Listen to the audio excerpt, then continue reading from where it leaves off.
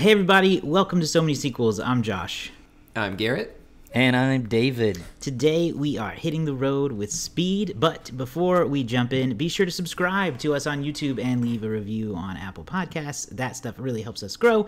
We are aiming for a goal of 316 YouTube subscribers, and with your help, we can get there. Every time one of you hits that button, we get closer and closer to that goal. So again, please help us out with a subscribe and like on YouTube. All right, let's get started with the movie of the week. This month is Action August. We've been talking about action movies all month, from Deadpool and Wolverine to The Goonies to Crouching Tiger, Hidden Dragon, and now my pick is Speed, starring Keanu Reeves and Sandra Bullock. Just do a quick little movie synopsis from Letterboxd here. Jack Traven, an LAPD cop on SWAT detail, and veteran SWAT officer Harry Temple thwart an extortionist bomber's scheme for a $3 million ransom. As they corner the bomber, he flees and detonates a bomb vest, seemingly killing himself. Weeks later, Jack witnesses a mass transit city bus explode and a nearby payphone rings. On the phone is that same bomber looking for vengeance and the money he's owed. He gives a personal challenge to Jack. A bomb is rigged on another city bus. If it slows down below 50 miles per hour, it will explode. Bad enough any day, but a nightmare in LA traffic. And that's just the beginning. Literally. Dun dun dun. Literally. That's the first 29 minutes of the movie. Yeah. Yeah. Yeah, all that. Wow. The speed. David, what was the box office run for this movie like when it came out in summer of 1994? Yes, we have to travel back to 1994. It was the year good Nancy year. Kerrigan was brutally attacked by an unknown assailant. Sony released the first PlayStation, and Ace of Base and All for One were dominating the charts that year. And in June, Speed raced into the theaters. June 10th, 1994. It opened number one with $14.4 million. And also in the box office that weekend was The Flintstones, which brought in $12.6 million in its third week. City Slickers. Great movie. City Slickers 2, The Legend of Curly's Gold was number 3 in its Great opening movie. weekend. Great movie. Honestly, this is a great list for so many sequels, I gotta tell you. At number 4 was Maverick, starring Mel Gibson and co. That was in its fourth weekend, bringing in 6.8. And at number 5, Renaissance Man, starring Danny DeVito. Pre-crazy Stacey Dash, I believe, was also in that. That's a weird and wild movie. Very much a movie that could only exist in 1994. So that was your weekend. I'll say this about Speed: it had an excellent run. It had 4 straight weekends of 11 million or more at the box office. It was in the top 10 for 8 straight weekends. It would finish its run in the U.S. with 121.2 million. That's the equivalent of 257 in 2024. It would bring in about 229 overseas for a worldwide total of $350.4 million. Estimated budget on this movie in 1994 was about $30 million, which is about $63 million in today's money, which just means that's a movie that probably wouldn't get made because they either have to have like $150 to $200 million budgets or $9 million budgets. For the year of 1994, Speed was actually... Oh, hang on. What happened here? Oh, I sorted it by opening weekends. For the year of 1994, Speed would actually go on to be the number 8 movie of the year, only behind Clear and Present Danger, just barely behind Clear and Present Danger. Number 1 movie in 1994 was Forrest Gump, followed by Disney's The Lion King, followed by True Lies. True Lies was the highest grossing R-rated film of 1994. Speed was number 2 in that respect. At number 4, it's a So Many Sequels classic, The Santa Claus. And number 5 was the aforementioned Flintstones. I want to throw this out here. Jeff Daniels was in 2 of the top 10 movies of the year because he also was in the number 6 movie Dumb and Dumber. So what a classic year 1994 was. In fact, we have been to 1994 on 4 previous occasions. One, I mentioned The Santa Claus. We also reviewed Clerks from 1994. We reviewed Star Trek Generations, which was a fun one for me and Josh, at the very least. And then one of the first So Many Sequels movies. Ace Ventura, Pet Detective was the 4th episode of So Many Sequels. So you can go back and listen to Josh, Garrett, and Andrew review that particular episode. I wouldn't. Yeah, okay. Little bonus details. This is the number 7 movie of Keanu Reeves' career and the number 6 movie of Sandra Bullock's. Any thoughts, anything that jumps out to you guys about the box office run for Speed? You don't have comedies like that in the box office anymore, and it's upsetting. Yeah. Agreed. That's my comment. Well, like too. Dumb and Dumber? Yeah. No, I mean, even the Santa Claus is number 4, and the Flintstones are number 5, even those. Yeah, all of them. All of them. They don't make them like they used to. For sure. 1994. 1994. This was also the year of Pulp Fiction, Interview with a Vampire. What else is on here? The Little Rascals. 1994 Vember. Let's do that. The Little Rascals. Well, it was, Friends premiered in 1994.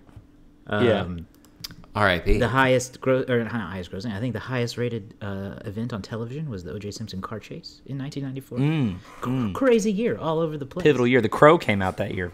Oh my God. 1994 Bimber. I'm thinking it's a thing. We should mention, Josh. I feel like I should mention that one of the first times I feel like we when we met, there was a getting to know you period. Typically, and I feel like one of the first times you and I had a hard belly laugh was, I think, you quoting the Little Rascals singing "I got a dollar, hey, hey, hey," and I don't know what it was about, but I was not expecting that particular quote that day. I think we just laughed. I'm always good for a Little Rascal quote. I got a nickel and a pickle, or whatever he says about the pickle. Buckwheat.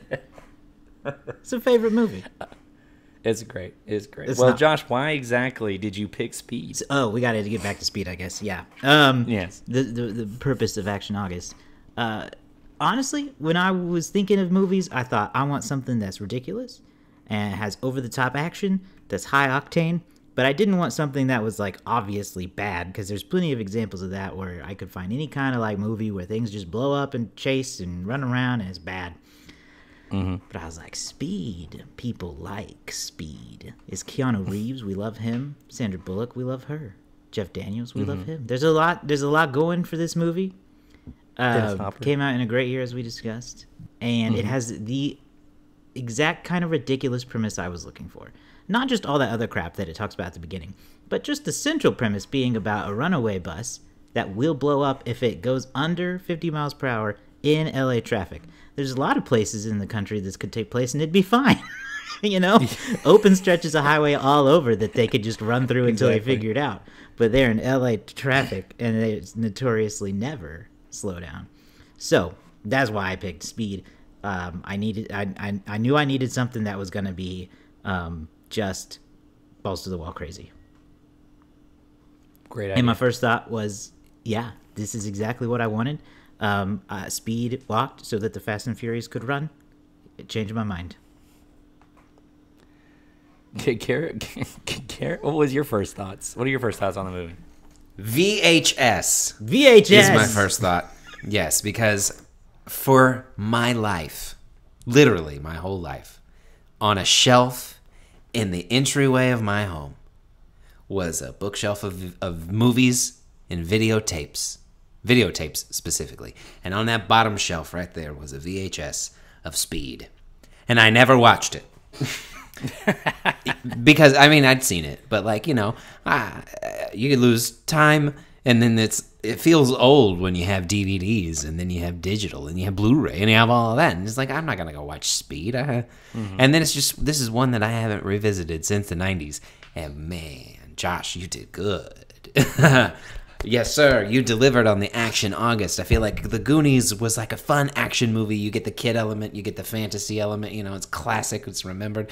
Crouching Tiger, there was more beauty and essence involved with some really cool fight scenes. But Speed is nothing but pure adrenaline action from start to finish. From the second... Well, it's not right out the gate because it takes a long time to get through that elevator credit scene. But... outside of that, it is just 10 to 11 to 12. There is no below 10 on this movie. It starts there and it gets higher, and it's just was so much fun to revisit. I was really blown away by how much fun I had. Yeah, pop quiz hot shots. You have to pick a movie that doesn't let up on the action. What do you go with? You go with Speed. And that's what Josh did. I thought this was a great pick, Josh. And even better now that I've seen it again. It's breakneck. It's the literal definition of breakneck action. Like, it just doesn't stop. Yes. I was really drawn in by the bus crashing into streetcars and little moments along the way. We'll talk about the little moments, the little things that they think they're gonna hit and things and moments like that. But even the opening sequence with the elevators was pretty tense. You know, that was an interesting. I had completely forgotten about that. It is really corny at times, and it has sort of that cheese factor I think you were talking about, Josh. But at the same time, it was like there was it got away with it. It got away with it. It earned its corny. Maybe 15 minutes too long, like, or so. You know, maybe the movie we'll get into it. Maybe peaks when they get off of the bus, but we will. But you know, that's your mileage may vary. Great one to use for this particular movie. Great phrase to use here. More fun than I expected going in. That's for sure. Yeah, well, that's good to hear that it was more fun than you were expecting. I felt like it was more fun than I remembered too.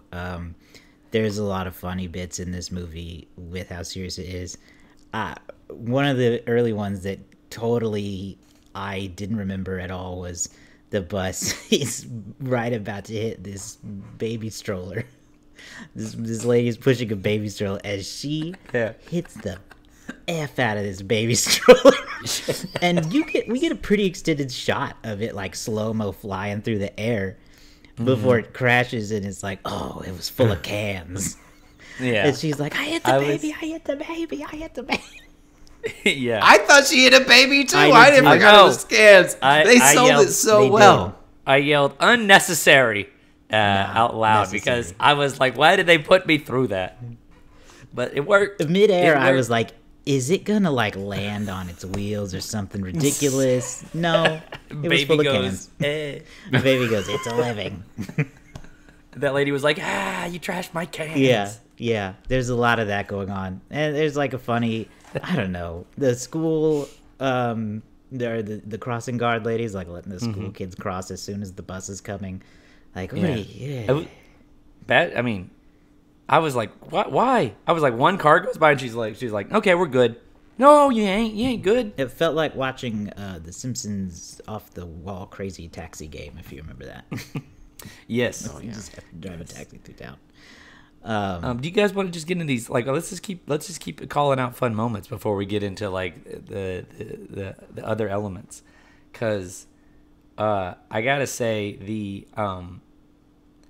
the moment where so first off, the award for most dated opening credit sequence has to go to Speed. Like, that was so slow, and like it's just like doo doo, and like the font, the big weird blue font, and then when Speed comes up, the title card comes up, it goes. I was like, oh gosh, this is gonna be the oldest movie we've ever watched. Yeah, it reminded me of Batman Forever. Which came out a year later. Yes. Those opening slow motion credits with the names. Yeah. Oh, and it's like slowly. I was like, this is the longest elevator shaft I've ever been in. Like, this is just going down forever. Also, they're having this conversation, right? The first pop quiz hotshot between Jeff Daniels and Keanu Reeves. He's like, terrorist is holding a woman hostage, blah, blah, blah, blah. What do you do? And he answers the question, and he goes, we're not going to shoot the hostages, are we? And then Keanu waits, if you're paying attention, Keanu waits until they get all the way to the roof before he responds to that question. He goes, we take them out of the equation. And then I'm like, really? You ran up 18 flights of stairs before you answered that question? So silly. But anyway, this movie's full of those kinds of, I don't know what to call it, classic 80s, like one-liner type moments There were several. I can't. I was been trying to recall sitting here because I remember there were some moments where I was like, "What?"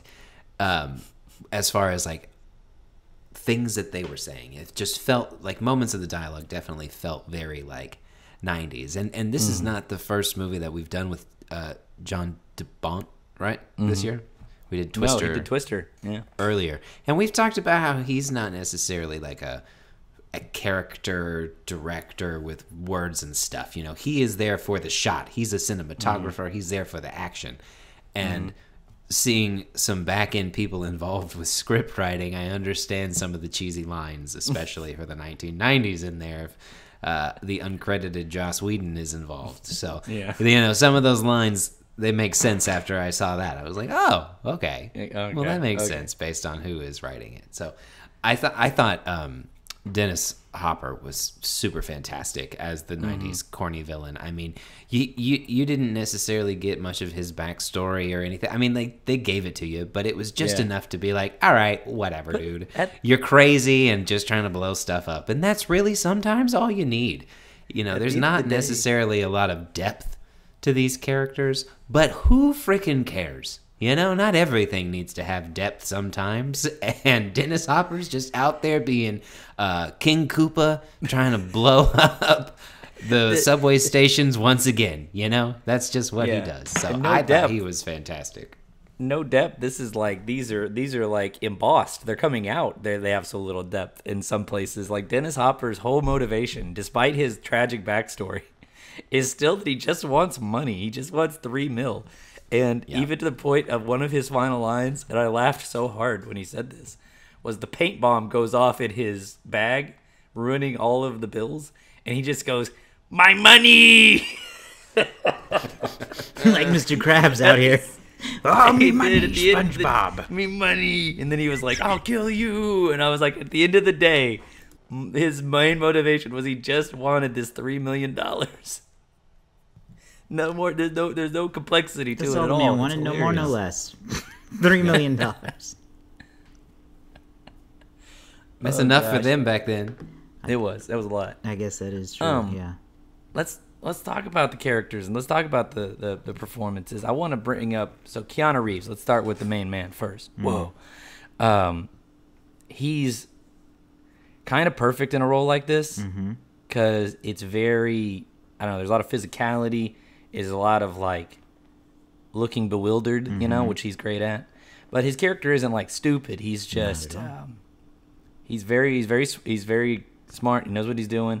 But at the same time, it's a chaotic situation, and Keanu Reeves pulls off chaotic situation very well. Yeah. What do you guys think of Keanu in this? Completely agree. He's great. He has a very a reassuring presence all the time, I think. Like, he just fits like a cop. I don't know, a 90s action cop. He's charming enough to, you know, this movie doesn't like full-on embrace that there's a little bit of a romantic aspect going on, but there's a little bit of a romantic aspect going on, and he leans into that well, as does Sandra Bullock. But he's great. He's great. I know he wasn't the first choice to play this role. There were a few names before him, I think. But this is the movie that, if I understand correctly, Speed really helped solidify Keanu Reeves as a movie star. And sort of taking off of like the back-to-back or pretty close to back-to-back. It was Point Break and then this. Do you guys want to hear some of the other names? I've written them. I've got them written down here. Oh, please. First name considered. This was almost a really crazy movie. We'll talk about the almost pairing we had. The first choice was Stephen Baldwin to play the main character for Speed. It's hard to imagine a worse choice for almost anything. The top choice, you say? First choice. He denied it. He turned it down because the first draft. Is that because he was in Viva Rock Vegas? He was in the Flintstones. The Flintstones Viva Rock Vegas? Okay. No, I don't think so. That came out a few years later. Okay. He turned it down because he didn't like the way the character was written, which I guess also because I did a lot of reading on this. The main writer Graham Yost did an interview about it in 2014 for the 20th anniversary, and he said that Keanu also didn't like the initial version of it, and so they did some rewrites once Keanu kind of came on, And so the character, as Stephen read it, was not the character as it ended up being. So once Baldwin turned it down, you know, they were like, okay, can we get Tom Cruise? So some of the other names considered were Tom Cruise, Tom Hanks, Wesley Snipes, and Woody Harrelson. Those were all would have been very different versions and all very fun versions. I like that they basically went, who are the biggest box office draws? Get me everyone named Tom now. Give me all the Toms. Bring in Wesley Snipes. He's done. And then Woody Harrelson. They were like, did you see White Men Can't Jump? Get me those guys. And then ultimately, yeah, they saw Point Break and they were like, hey, Keanu Reeves, let's get that kid. Bring him in here. Yeah, he definitely set the tone. I think he did a good job of being a relatable cop. You know, at that point in time, he earned people's trust. He was brave enough to do the things that needed to be done. He was paired with Jeff Daniels as the brainy cop, and he was the young. You know, for me, it was very Lethal Weapon-y, where it was like Jeff Daniels was Danny Glover and Bill Gibson. Yeah, Keanu was he who shall not be named. But I just named him. I know, I saw. But it was really enjoyable. And then you mentioned the romance between him. You know, I think this movie does a good job of two hot people in a hot situation working together. There's going to be some sexual tension. And I think they just build on that in a very nice, realistic kind of a way where it just makes sense that after all of this, they would kiss. You know, they've been through some stuff. They need to get some energy out. And Sandra Bullock was so charming in this. She's so cool. And honestly, I think I was more focused on her than I was Keanu, for plenty of obvious reasons. Sandra Bullock, wonderful. Initially, the role Yost said was written as an African-American paramedic, and they offered the role to Halle Berry, but she turned it down. And so then they brought in Sandra Bullock, which I don't know why they decided to make her not a paramedic after that point, but that would have been an interesting movie, Stephen Baldwin and Halle Berry. I guess very different version of Speed. So I may have read the same thing, and it said that the paramedic aspect was to help explain why she would be able to drive the bus.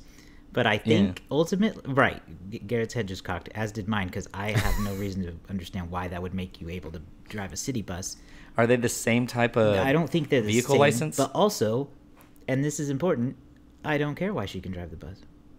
Yeah, Literally, she can drive. Yeah, I think most people assume that, you know, like the only difference between driving a bus and driving another car is how hard it is to park. Yeah. In the movie, general audience doesn't know there's a big difference. Yeah. Right. It's that idea. In times of need, a random person can drive a bus, I'm sure. Right. Just like the stories of like movies where like a passenger lands the plane kind of thing. Like, I just believe they driving did. A bus has got to be easier than flying a plane. It's got to be easier, right? You would think. We're going to make all the bus drivers angry. Hey now, the bus union's gonna come after us. I have to have my Type D license or something like that. Well, let's get into Sandra Bullock then. What we think about her performance in this? This is another, just like with Keanu, this helped catapult her into stardom as well. And my opinion is she nails everything she needs to. She thinking that this could be a Halle Berry movie. I'm sure that would be, she would give something completely different than what we get with Sandra Bullock. Sandra Bullock has that kind of like at this stage, almost like a, I don't know, what would you describe her? Almost like a girl next door type, where like, ooh, she's a cute lady down the street that I could run into anywhere, and she's driving this bombed bus. Yeah, I don't know. She has sort of like a wise beyond her years kind of vibe, I feel like, with Sandra Bullock. I don't know if that's the vibe that most people normally get, but she just seems like, I don't know, you believe she knows how to drive a bus, just like you believe her in almost every movie she does. Like, she just seems so authentic in whatever role it is that she's been asked to do. So yeah, I don't know. And I think that obviously very pretty. Yeah, I think she did a great job of delivering, because she felt very relatable as a person who is thrust in a situation that is, you know, this whole thing is such a beyond crazy premise, but a runaway bus at the same time, not so out of the ways of being realistic. And so with a bus driver being hurt and just being like, you have to drive the bus. Like, you know, I believe that the character that they wrote was strong enough smart enough, and like it was honestly a very well written character to believe that she would be reliable and believable in a way, in like a time of need. If a police officer is looking for someone that they can trust, this person has proven themselves to do a really good job of holding their own and showing that strength, even though they're terrified. They're like, all I know is I have to drive this bus or we all die, and I would rather drive this bus and figure out what happens next. And I think that the dynamic that those two had and the trust that they built over that course of the craziness was just, again, really well thought out and really well told. That relationship specifically was just really well weaved. Yeah. Yeah, I mean, Sandra Bullock can have chemistry with a tree. So it probably made working with Keanu very easy. But yeah, they're both very fun here together. You believe it. And their flirting is very cute. Like their flirting is very, very charming the whole time. Yes, we stand them. Love her in that. Let's talk about you guys. Your other favorite character, though, Jeff Daniels. I think, Josh, you said more Jeff Daniels. Yeah, but unfortunately, there's hardly anything else to say about him that we haven't already said. Here's what I'll say. Based on that same interview with the writer, my wife picked up on this kind of nugget that might have still been in there. Jeff Daniels' character, Harry Temple, was originally supposed to be an ally to the bomber.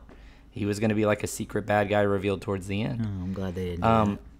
Yeah, well, they said initially the way they had written the script, I guess there was bad writing. There was this feeling that because the bomber was always on the phone, that they needed a physical threat to go up against Keanu's character, up against Jack, right? And to have that confrontation happen between the two of them, who he thought he could trust. And Dumb. But then when they cast Dennis Hopper, they were like, okay, we don't need that now because we've got a guy who can absolutely command the whole screen, like absolutely work as this bomber character. So they ditched that. And so that was like before they even started filming, that was the initial idea. But I can understand why, or maybe somehow in there's little hints of because he shot him, and because he was, hobbled because of Keanu, as to why there might still be some residual elements of that plot line in there.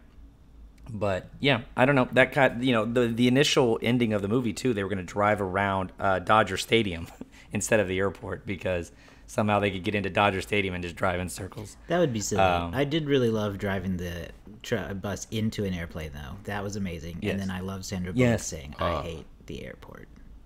Yes, yeah. That's what I said too, max damage. That scene where they crashed that bus into that plane was Oppenheimer beautiful. I mean, it was practical, and I think that there's a conversation to be had about the action movies that we have now and the way that they come out and how frequently they come out and the lack of care that seems it's just like put somebody in there with a big name that's got a gun and just go shoot everything, and everything is very CGI. And it just takes away from the realism, whereas this, everything was real. I mean, those buses and those cars were running into each other. The bus had to stay. Yes, all those cans. Can you believe those were real? I thought for sure they were CGI. But no, the only practical can effects.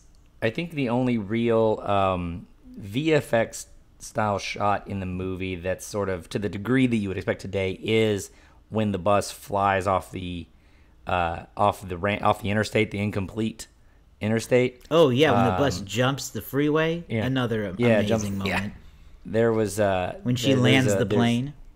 I've seen the breakdown of this scene, and it's kind of funny because they basically they did drive a model bus or something like that over the thing, and modified bus. It was a real bus, but modified. Yeah, and they do a little. You can watch as it happens. A little weird lift that comes with it. That's the light VFX work of 1994, sort of amplifying that moment a little for you. But we have so many movies that come out now that is just nothing. I mean, it is just action for the point of mindlessness. Right. It is on, it is background, it is easy to watch. And again, this movie, everything was so thought out. And so, again, even that scene was well done and well thought out because it had to be. With CGI, you can cover every single thing up and make it cheaper to some level, But again, this goes back to me asking the question. You said this was in the box office for 8 weeks in the top 10. I'm sure it made its money back and all of that we talked about earlier, but why not do that again? Again, less quantity, more quality, because this is better than... I couldn't name a single action movie that's come out in the last 2 years, besides maybe Twisters, that I think was better than this. Really? From 1994. Interesting. Can you? Very good. I mean, depends on, I guess, what kind of action movie you want. In terms of, like, vehicle stunts? I'm talking about good from top to bottom. That is well structured with good effects that doesn't feel...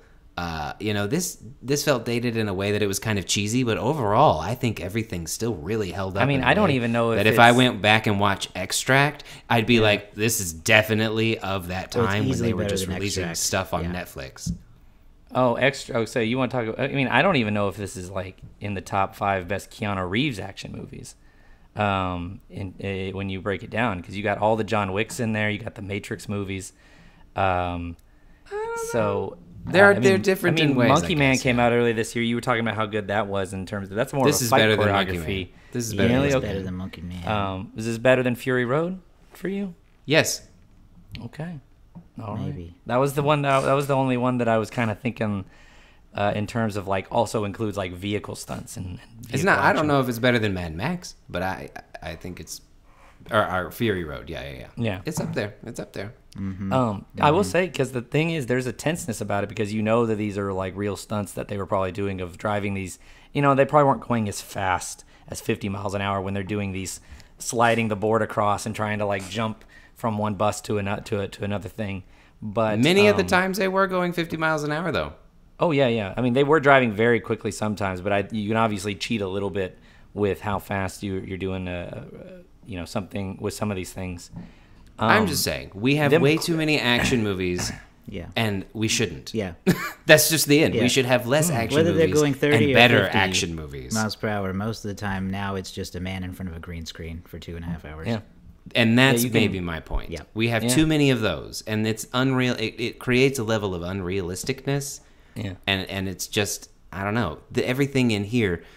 You have to raise the stakes in order for it to feel real when everything is CGI. Because this was not world level ending. This was very specific, and we don't have that. Everything is so has to involve the whole world in some capacity. It's just a little too much. Yeah, and the scale of this is sort of, I guess the scope is more really what it is toned down. It's not the end of the world. It's 20 people on a bus. It's the end of their world. Mm-hmm. For this brief time, and the authentic feel of it, because this is a very tactile bus. It is a real road. They're not a bunch of CG cars that they smash into as they're driving along the side. Those are like real cars that they lined up and grinded the bus across. Or and there have been obviously very good action scenes, and you can use VFX to heighten action scenes, but the natural feel of this heightens some of the tension. Honestly, it's possible. It's very likely that some of the stuff like with the elevator may not be as real as it was, but I was tense watching them climb out of that elevator at the beginning because I was like, man, that elevator comes down right now, chopped in half, lady. So, yeah, I agree with you. I mean, scary. I think it's not even necessarily a fact of there's too much quantity. I think it is just a breakdown of we need to go back to action movies feeling like they have a real grounded sense of they're connected to this world. Mm-hmm. Because the more real a stunt seems, the more real a gunshot seems or a car crash, the more emotional the more emotionally responsive the audience is. When you can tell something's fake, it can suck you out of it. So I think you're right. Yeah. One thing I thought of as we were talking this out that I wanted to make sure to mention is Alan Ruck's very goody two-shoes boy character who kind of has to help Jack along the way. And he has some great moments, but him relaying the information back and forth between Harry and Jack is my favorite, where Jack goes, "Oh, fuck me," and Alan Ruck goes, "Oh darn, Oh darn. oh darn." I was so excited to see him show up on the bus because it was the same excitement I had whenever he showed up in Twister. It was like Alan Ruck. I love and Alan then, baby. And then I didn't trust his character for a while. I thought he was a slime ball for a second because I thought he was just sitting on a bus with tourist stuff, either pretending to be a tourist or like helping tourists around and just trying to pick up pretty girls on a bus. And then he became a good person. Look, and I was like, but there was a second where I was like, oh, he seems slimy. It's no Because knock he was to him, laying but on. Alan Ruck always gives off untrustworthy vibes at first. Always. A little bit. He's got that untrustworthiness about him. He was laying it on thick with the tourist routine, and I was like, is this a bit to pick up girls? I did like at the end when he's like, we're back at the airport, and he goes, I've already seen the airport. Yes. And I was honestly, little sidetrack, there were parts of this movie where I was like, man, it's like I'm playing GTA 5 because a whole movie's set in LA, and so is that game. I was like, oh, there's that place. Oh yeah, there's that thing at the airport. I've been there. I've ramped over that. For sure. Very nostalgic for GTA 5 while watching this movie. All right. Well, any other final bits to discuss before we go into our final thoughts and ratings? I mean, we have to talk about two things. Okay. I think. We have to talk about the demise of Dennis Hopper. Okay. And the corniness of Keanu's one-liner to him. His twofer. He got a twofer on this one because they're fighting on top of the train, which is what I'm talking about. Like the bus, after that bus crashes in the airplane, I was like, this is the finish of the movie.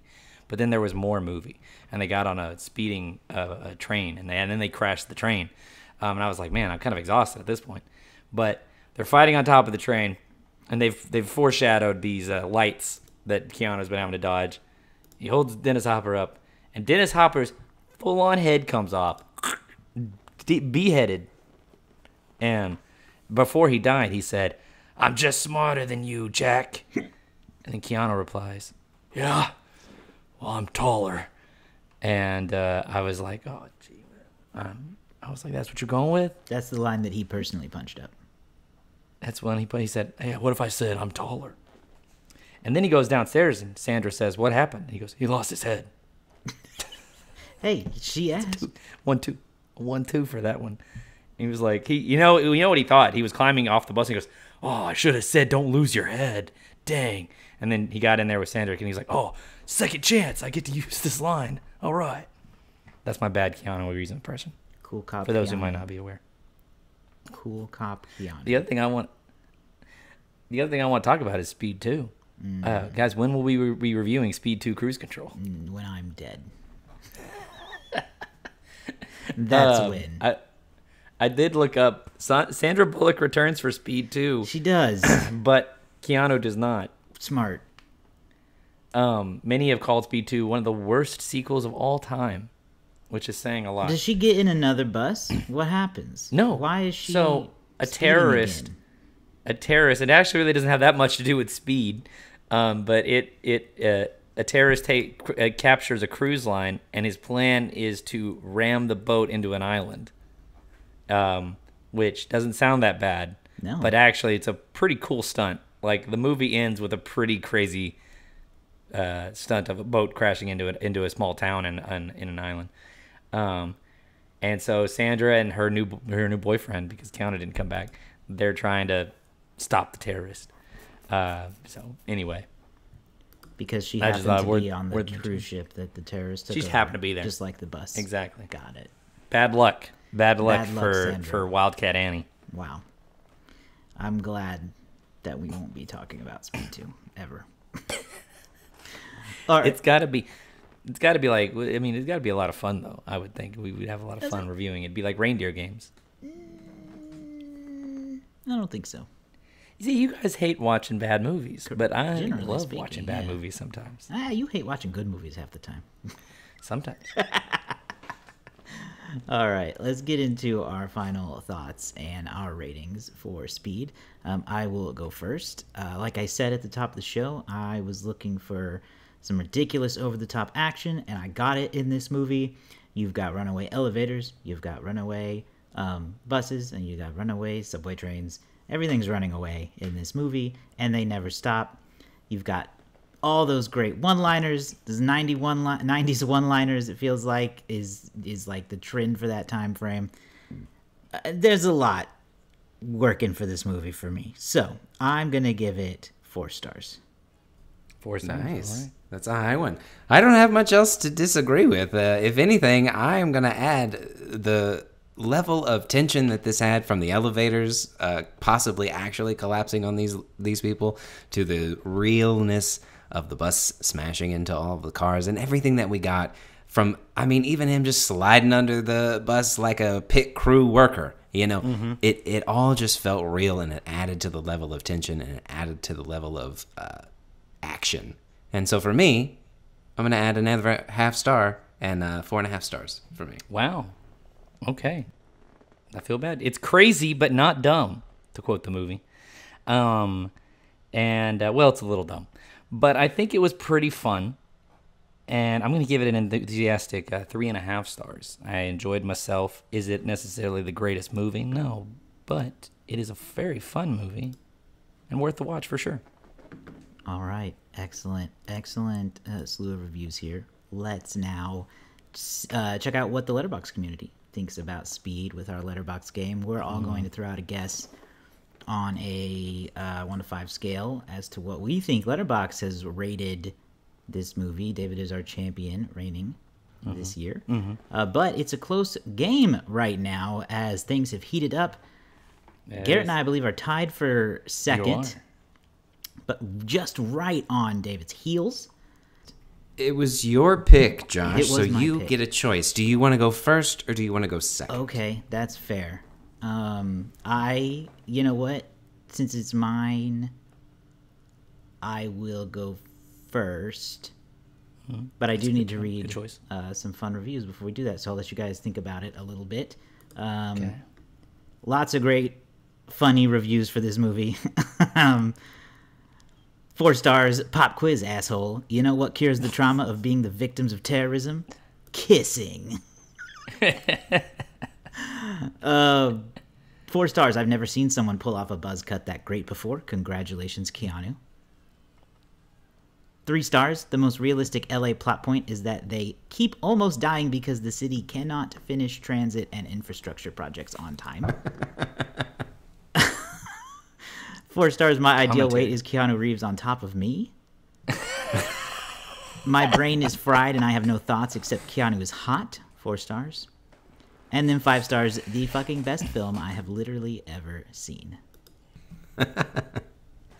So, Letterboxd always come through. Letterboxd always comes through with the hilarity. Follow each of us on Letterboxd and the show if you're not there yet. You should be. It's a great place to keep track of the movies you're watching, log them, review them, keep lists of them, and see what your friends are watching. It's fun. I am going to guess that this movie is at 3.8. That's my guess. Okay. That's a very good guess. I will go with a 3.6. Ooh, 3.6. I'm going to go a little lower. I'm going to guess it's like a 3.2. 3.2, 3.6, and 3.8. This week, we do not have a direct hit, and we're gonna need a tiebreaker. This movie is a 3.7, right between Garrett and I's guesses. Hey. Right between you and Carrie. All right. 3.7. Yeah, okay. 3.7. I mean, we got to do Speed 2 cruise control. Exactly. Yeah, pull that Pulling sucker it up. Letterboxd.com. Hang on. I should always have Letterboxd open. Letterboxd is, in my opinion, the best. It is something movie good to review always site. have open. Some great reviews from Speed 2 include 2 stars, why does this exist? 1 star, Willem Dafoe has a jar of leeches who he refers to as his boys. I don't know what that means, but it doesn't I make forgot me Willem wanna see it. Dafoe's the terrorist. 1.5 stars, imagine my disappointment when Willem Dafoe brings his jar of leeches and it's not even part of his villain scheme. What does that mean? I told you we gotta watch. 1 star, should have been called slow, LMAO. and then 2 stars, 2-hour long Willem Dafoe Joker audition. Oh, wow. I told you we gotta Wow. watch this movie. All right. Okay, Josh, first or second? I'll go second this time. Ooh, those were bad reviews. Those were bad. I'm going to go with 1.5. Okay, Right there. 1.5. 1.5. Yes. I'm gonna go with. I'm gonna go 2.0. 2.0. Okay. We do have a winner. Good. No direct hit on this. Mm-hmm. The winner this week, drawing up tied with me, is Josh because it's Hey! a 1.8. Oh dang! Garrett that was off that by was just close. 3. Josh Yeah. was off by just Dang. 2. It'd Dang. have been a 1.7. We would have Yeah, to do that another was very tiebreaker. close. Very close. So yeah, Josh, that brings you up to tied with me for 13. Josh has actually gotten, except for Deadpool and Wolverine, all of the Action August movies. Ooh, he's found his genre. I have found my niche. So does that mean that, David, if Garrett were to win a single point next week, that it would be a completely tied race? It would be a 3-way tie. Now if that's Garrett exciting to wins think next about. week, but doesn't get a direct hit. Right, If Garrett gets a right. direct hit, he pulls ahead. Oh my gosh. The games are heating up and it's only August. There's still a few months left to go. That's crazy. That's crazy. Yeah.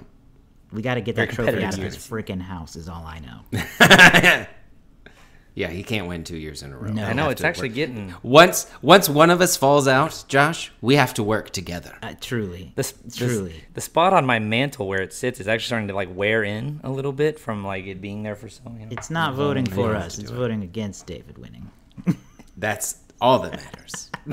Coalition. A coalition to stop the two-time champ. All right. Well, that is that it? That's it for Action August, right?